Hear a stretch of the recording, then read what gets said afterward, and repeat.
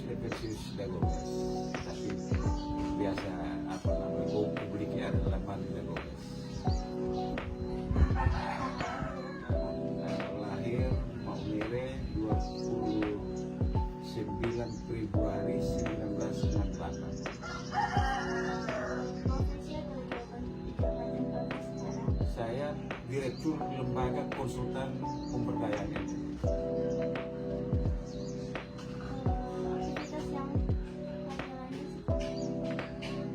Sering memberikan pendampingan atau pelatihan tentang pemberdayaan di setiap desa sepanjang dana desa membutuhkan program pendampingan dari kami yang profesional.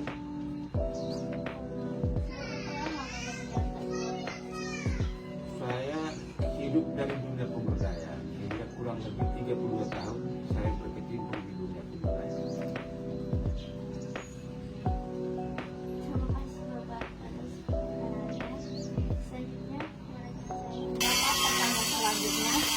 Bagaimana penerapan nilai-nilai Pancasila dalam menjalankan tugas dan tanggung jawab sebagai pemimpin? Ya, baik. Pemimpin itu leadership. Satu pakai jati pun menjadi tanggung jawabnya dia. Dia adalah candra pemimpin masyarakat. Oleh karena itu, bagaimana seorang pemimpin menjalankan Pancasila? Pertama adalah sebagai seorang pemimpin, ketuhanan yang Maha Esa, dia harus mengajarkan di lembaga instansi yang dipimpin bahwa ini loh ketuhanan yang Maha Esa, berbeda-beda sekian agama, tapi kita harus memiliki yang namanya toleransi. Yang kedua, kita benda persatu persatu. Seorang pemimpin memahami kemanusiaan yang adil dan beradab. Jika ada gempa nona, seperti di Lewotoro, di sana mungkin karena pemimpinnya adalah orang Katolik, lalu di sana ada korban orang Muslim, lalu kemanusiaan tadi tidak jalankan. Nah, ini salah. Nah, bagaimana seorang pemimpin melihat sesuatu adalah kacamatanya adalah kacamata publik. Kacamata tidak membedakan ini syarat, suku, agama, dan ras. Hal yang ketiga, sila yang ketiga, persatuan manusia. Seorang pemimpin harus memahami bahwa yang saya pimpin itu bukan hanya suku A, suku B, agama A, agama B, tetapi bagaimana dia harus menyatukan cara berpikir agar daerah yang dipimpin itu adalah berjalan. Yang berikut, karakter yang dipimpin. Nah, bicara karakter yang dipimpin, maka legasinya adalah, warisannya adalah bagaimana di dalam kampus, contoh, pemimpin kamu di ketua senat. Bagaimana pemilihan senat itu harus melalui musyawarah demokrasi 2/3 suara, itulah menentukan siapa yang dipercayakan. Manajemen trust dalam demokrasi seorang pemimpin harus utamakan. Dan yang terakhir adalah bagaimana seorang pemimpin memahami keadilan sosial. Nah, kalau keadilan sosial dalam gempa, oke contoh, ataukah dalam dunia pendidikan ada bantuan PIR, tapi ini hanya sukunya dia, ini hanya orangnya dia. Padahal di dalam program PIK Indonesia Pintar itu adalah orang-orang yang memang orang miskin, siapapun yang memang memiliki kapasitas dengan kriteria intelek, kriteria pendidikannya harus terpenuhi. Nah, oleh karena itu pemimpin harus berjiwa nasionalis. Bapak, pertanyaan yang ketiga, menurut Bapak, bagaimana nilai keadilan dan musyawarah diterapkan dalam pengambilan keputusan? Baik, ya. Terkadang pertama ada nilai yang kita harus hilangkan ego dulu. Di dalam sebuah keputusan kita harus pertama hilangkan ego. Yang kedua adalah bagaimana seorang pemimpin musyawarah harus mengembalikan kepada forum untuk mereka bersama-sama berpikir bagaimana ada arah keputusannya seperti apa. Oleh karena itu, maka dalam dinamika untuk mencapai kesepakatan ada pro, ada kontra. Bagaimana seorang pemimpin yang baik, maka dia harus memiliki namanya win-win solution. Tidak ada yang menang antara pro menang atau ke kontra menang. Oleh karena itu, mengambil keputusan seorang pemimpin harus mendengar dari dua pihak, baik pro kontra, lalu kita mengambil benang merahnya, jalan tengah untuk kebaikan organisasi yang kita pimpin.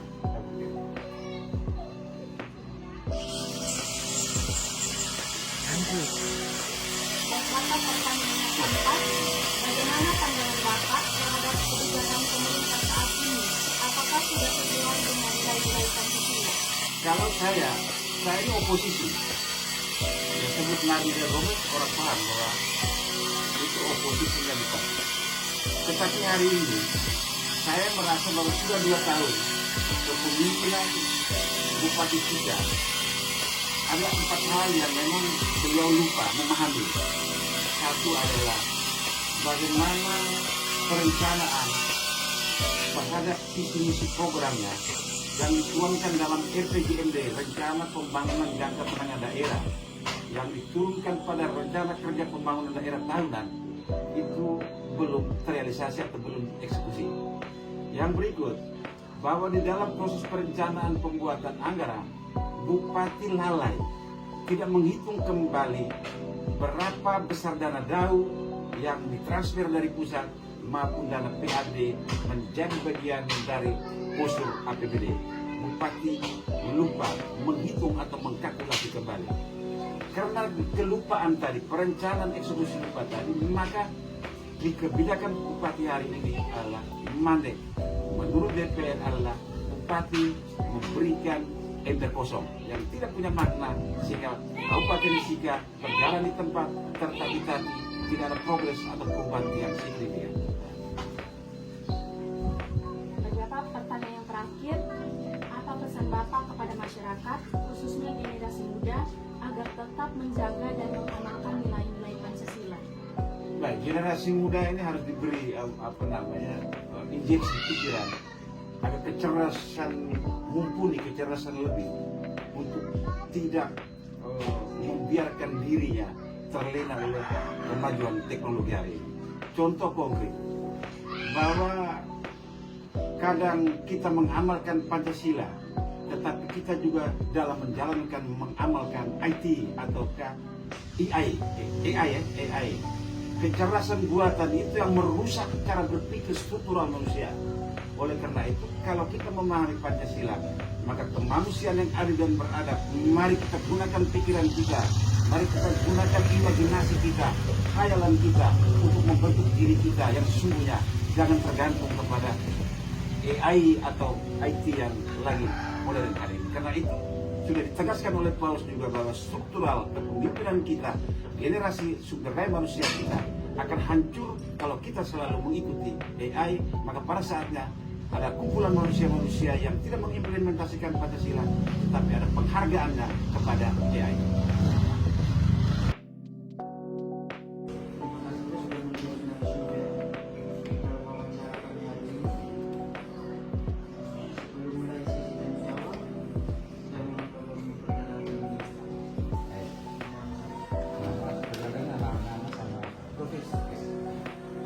Perkenalkan, nama saya lengkapnya Mahasiswa dan biasanya dipanggil Pemarikus.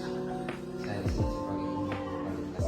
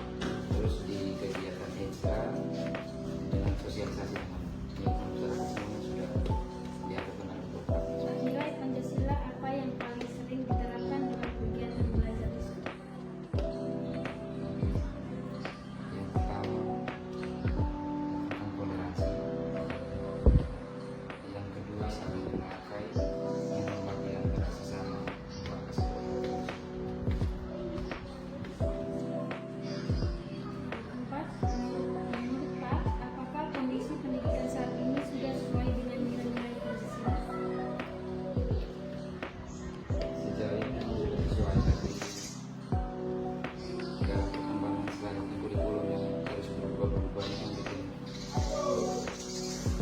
karakternya sudah jadi berkurang, karena sekarang lebih banyak dinilai dia punya akademis dan baru lebih karakter. Sebenarnya sekolah lebih banyak lebih menekankan dia punya nilai akademis daripada karakternya sudah berkurang. Jadi sebenarnya penting masih untuk menanamkan karakter di anak. Terakhir, apa harapan Bapak agar peserta didik dapat menerapkan nilai sosial dalam kehidupan? Ya, sistem pendidikan kita yang lebih menekankan karakter daripada nilai akademis. Dan harapannya dalam sistem pendidikan kita dan semuanya dapat dari atas. Terima kasih Ustaz atas kesediaannya menjadi narasumber dalam wawancara ini. Sebelum memulai sesi tanya jawab, saya mohon kesediaan Ustaz untuk memperkenalkan diri terlebih dahulu. Ustaz. Baik, bismillahirrahmanirrahim. Assalamualaikum warahmatullahi wabarakatuh. Selamat sore, salam sejahtera untuk kita semua. Perkenalkan, nama saya Umar, bukan Umar juga. Saya sebagai tenaga pengajar juga di sekolah ini, di sekolah SDN Kota Bumi. Saya mengajar di sini mata pelajaran agama Islam. Baik, itu saja mungkin. Sekarang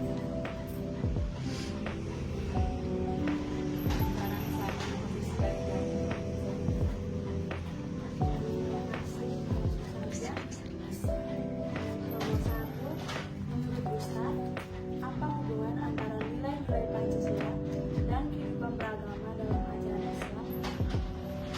Baik, hubungan antara Pancasila dengan nilai-nilai Pancasila dengan agama Islam. Menurut saya, Pancasila itu sangat nyambung dengan nilai-nilai Pancasila. Apalagi sila pertama, yaitu ketuhanan yang Maha Esa. Ketuhanan yang Maha Esa itu mengajarkan di dalam Islam itu tentang tauhid. Kemudian sila yang kedua itu sampai 5 mengajarkan manusia itu di dalam Islam bagaimana itu menjaga akhlak, menjaga dalam kita, menjaga hubungan kita terhadap manusia yang lainnya. Kalau dalam Islam itu dikatakan bahwa hablum minan nas, menjaga hubungan manusia pada manusia lainnya. Jadi hubungan antara nilai Pancasila dengan agama ini sangat erat kaitannya. Mungkin itu. Bagaimana penerapan nilai-nilai Pancasila dalam kegiatan keagamaan umat Islam sehari-hari? Penerapan nilai-nilai Pancasila dalam Dalam kegiatan keagamaan. Baik, salah satunya mungkin yang paling populer di dalam agama Islam itu yang tidak bisa kita tinggalkan sebagai sholat Islam itu sholat 5 waktu. Itu tercantum di dalam sila pertama tentang ketuhanan yang Maha Esa. Keagamaan seseorang itu dilihat dari sholatnya.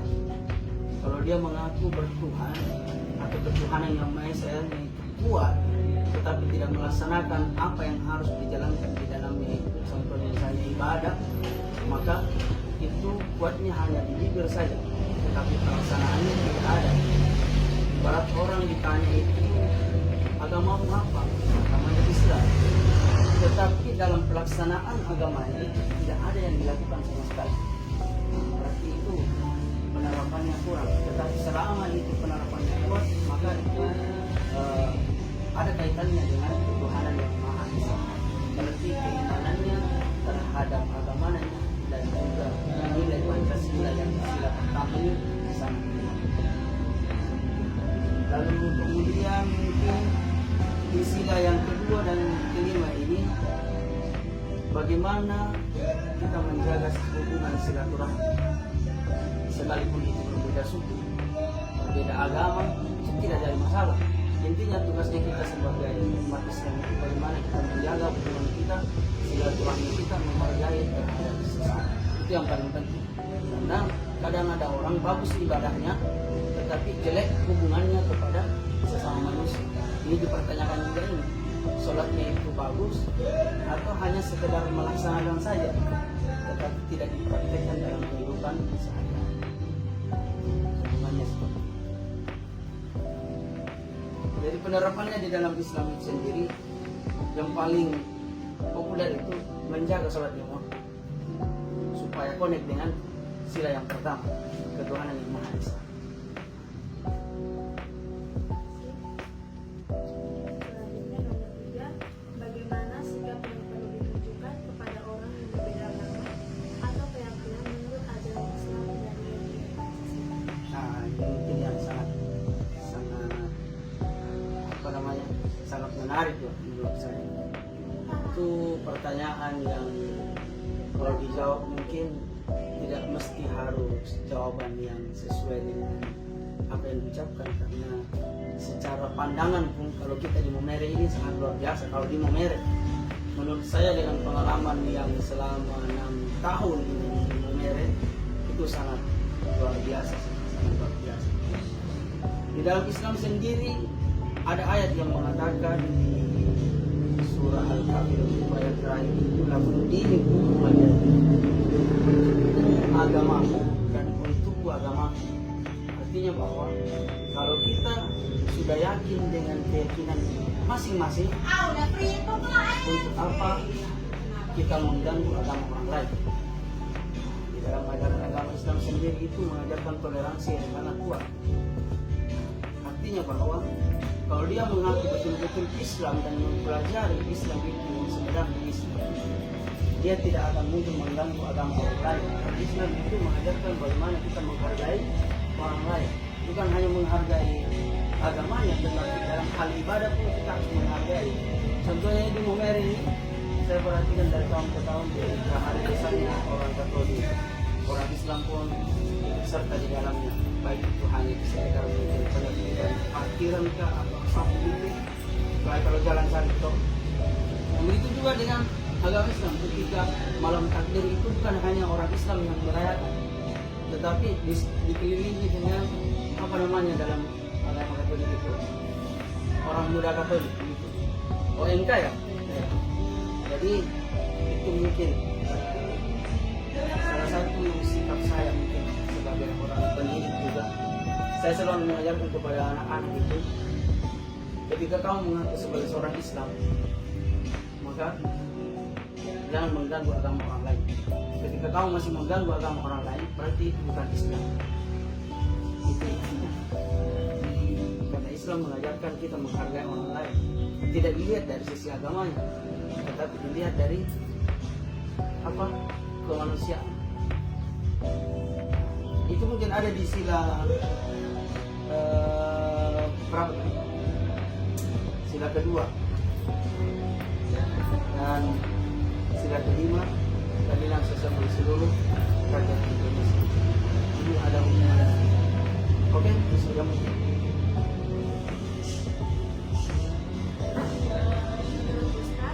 Apakah kehidupan masyarakat saat ini sudah mencerminkan nilai-nilai Pancasila dalam kehidupan beragama? Mengapa? Kalau menurut saya jawaban singkatnya iya. Kalau mengapa, alasan saya itu menurut saya nih, sudah sebagian yang sudah diterapkan.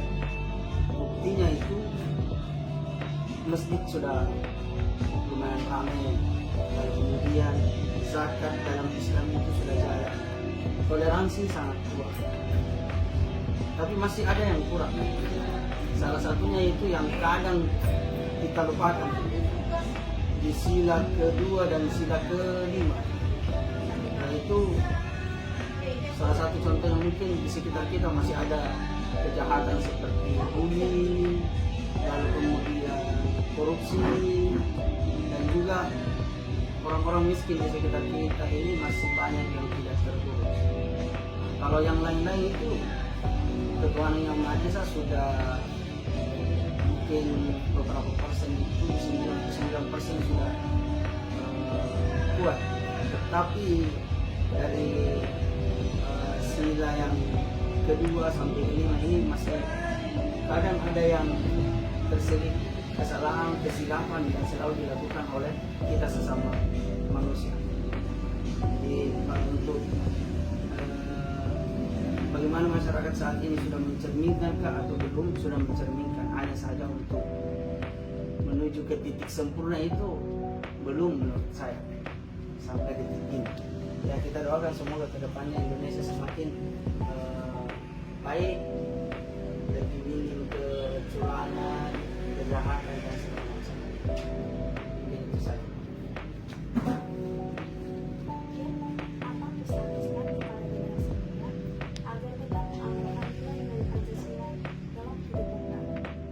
Kalau pesan saya itu kita harus menjadi generasi, bukan hanya menjadi generasi hafiz Quran di dalam Islam, tetapi kita juga harus menjadi generasi hafiz Pancasila.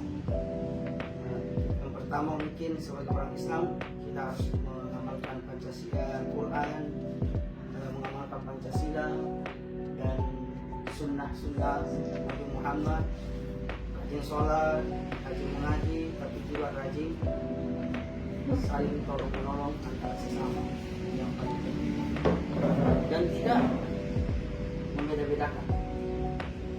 Dan juga mungkin ketika ada perbedaan pendapat di antara kita, jangan yang mendahului kita itu adalah sikap egois kita, kesombongan kita, atau kekuatan kita, nafsu kita, tetapi lebih ke musyawarah, bagaimana kita mencari solusi yang lebih tenang, karena setiap masalah itu pasti ada solusi, dan yakin setiap masalah itu pasti ada solusinya. Kalau misalnya ada kerubutan hari ini, maka semua itu akan berlalu, dan besoknya begitu masalah yang lama itu akan terlupakan, jangan mengingat kejahatan seseorang, tapi ingatlah kebaikan seseorang.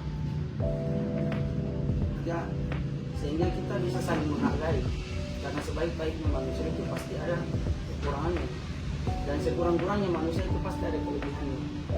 Dan mungkin yang terakhir itu kesimpulan dari saya itu, karena kita berbicara tentang Pancasila dengan agama, saya menganggap Pancasila itu adalah sebuah rumah besar.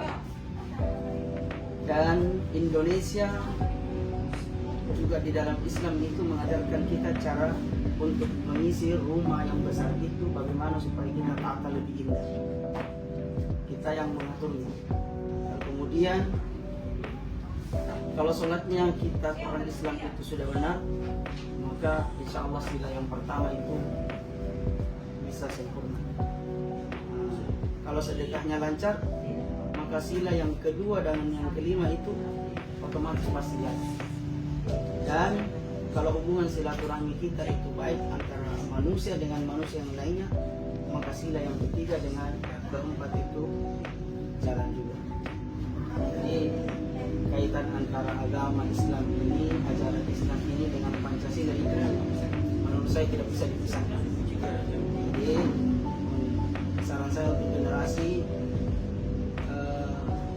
tetap semangat, jangan hanya mampu mencari kesalahan-kesalahan tentang pemimpin, tentang orang-orang di sekitar kita, tapi yakinlah bahwa di balik kesalahan itu akan ada kebenaran tersebut. Itu tadi, sejelek-jeleknya orang pasti ada baiknya, seburuk-buruknya orang pasti ada baiknya, sebaik-baiknya orang pasti ada juga kekurangannya. Tidak ada manusia yang sempurna.